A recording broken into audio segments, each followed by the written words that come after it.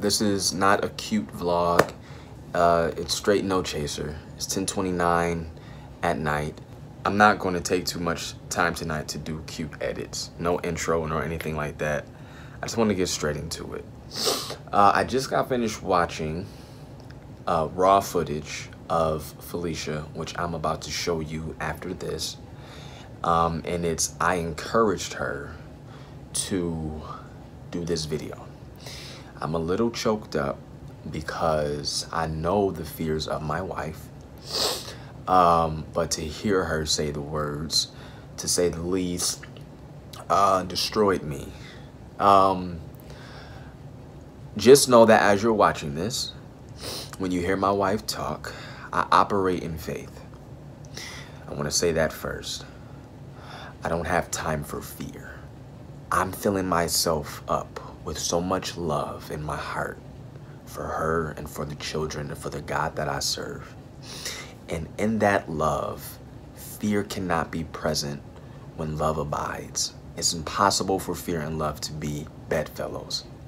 So I'm saying all that because Felicia, by my probing, I asked her to do that. I strongly encourage that she shared with you all presently what we're experiencing. She wasn't comfortable with it, but because she honors me and trusts my decision, and because we are a channel of transparency, and I mean, you guys have been with us, especially if you've been with us from the beginning, you know how transparent we are without compromising the integrity of our family. So we want to be very honest with you. The flesh in me is stressed a bit, fearful. That's the flesh in me. But I'm choosing to stay in the spirit. I'm choosing to stay faithful to God.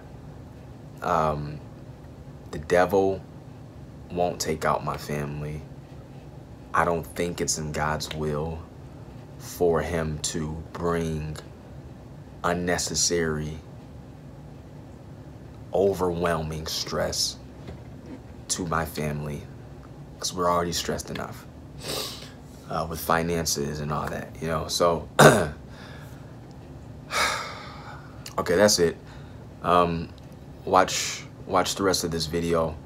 In advance, I'm asking for you guys your prayers. This isn't clickbait, you know. This isn't to get more views or anything like that. Like, this is for real. This is raw. So I'm asking for you to comment below, not for engagement. I'm asking for you to comment below, to send your prayers, to send your positive vibes, please. Here's Felicia. Hey guys. Oh hey. It's your girl Shifi Ali. I'm sitting in the car having me some Starbucks, and I just hung up the phone with my husband, who said to me, are you, you know, did you talk to our family, our internet family, about what's going on? And I'm like, no, you know, I'm vulnerable about this. And so he's like, yeah, but that's, you know, that's kind of us. Like, we share, you know, so share. But I didn't want to share this with y'all because I don't really know how I feel about this yet. I don't know if it's anything to feel anything about. So I just was like, if it's something, then I'll tell them. If it's not, then I won't. But needless to say, he convinced me to tell you guys. So here's where we are. I haven't been working out. I don't know if you follow me on social media and whether you've noticed or haven't noticed. I don't know if you've noticed that my stomach is getting a little pudge, but I'm not pregnant, thank you, Jesus. But there is something happening in my abdominal area. So let me show you that. So like right here, it's like it feels kind of weird, like it's tender right here. So it was a little ball. And I thought that this little ball was like, you know, gonna go away in like a week. But I've been dealing with it for about 2 months. And finally I went to the doctor, and the doctor was like, oh yeah, this is a thing. Like, this is something. And she said that it's not, you know, it's not a little ball. It's like this big. So I'm like, oh my God, is it a cyst? Did I pull a muscle? Like, what is it? And she's like, we're just going to take our time with it, and we're going to get you, she said, we're going to do ultrasound, a soft tissue ultrasound and an abdominal ultrasound. So I'm like, okay, so let's go do it. But I can't do it at her office. I have to go to another imaging medical facility, which, you know, it's a little unnerving because... And then she goes, oh, and then my doctor goes, and if we still don't know, you know, if we're still not able to determine what it is, we were going to have to do a CT. I don't know why we just can't do the CT first, maybe, you know, but I don't know why. I'm not going to even make a guess, but she doesn't want to do the CT first.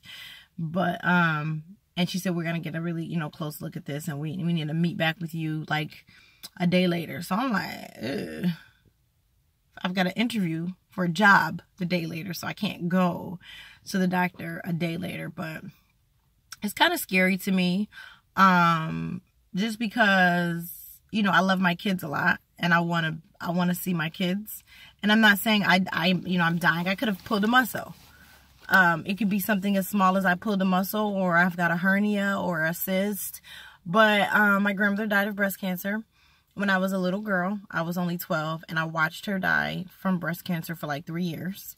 And it's traumatized me. And I'm always thinking I'm going to die from breast cancer. I had a scare in 2009 where I had a cyst, and it ruptured, and I didn't know that it ruptured, and I was like vomiting, and I was doing, you know, a nasty, and it was blood. It was blood from my mouth, and it was blood from my bottom. And when I got to the doctor, it took them for like 3 months. They didn't know what was wrong with me. They thought that I had cancer, ovarian cancer. They just thought everything, because the cyst had ruptured. So they didn't see the cyst anymore.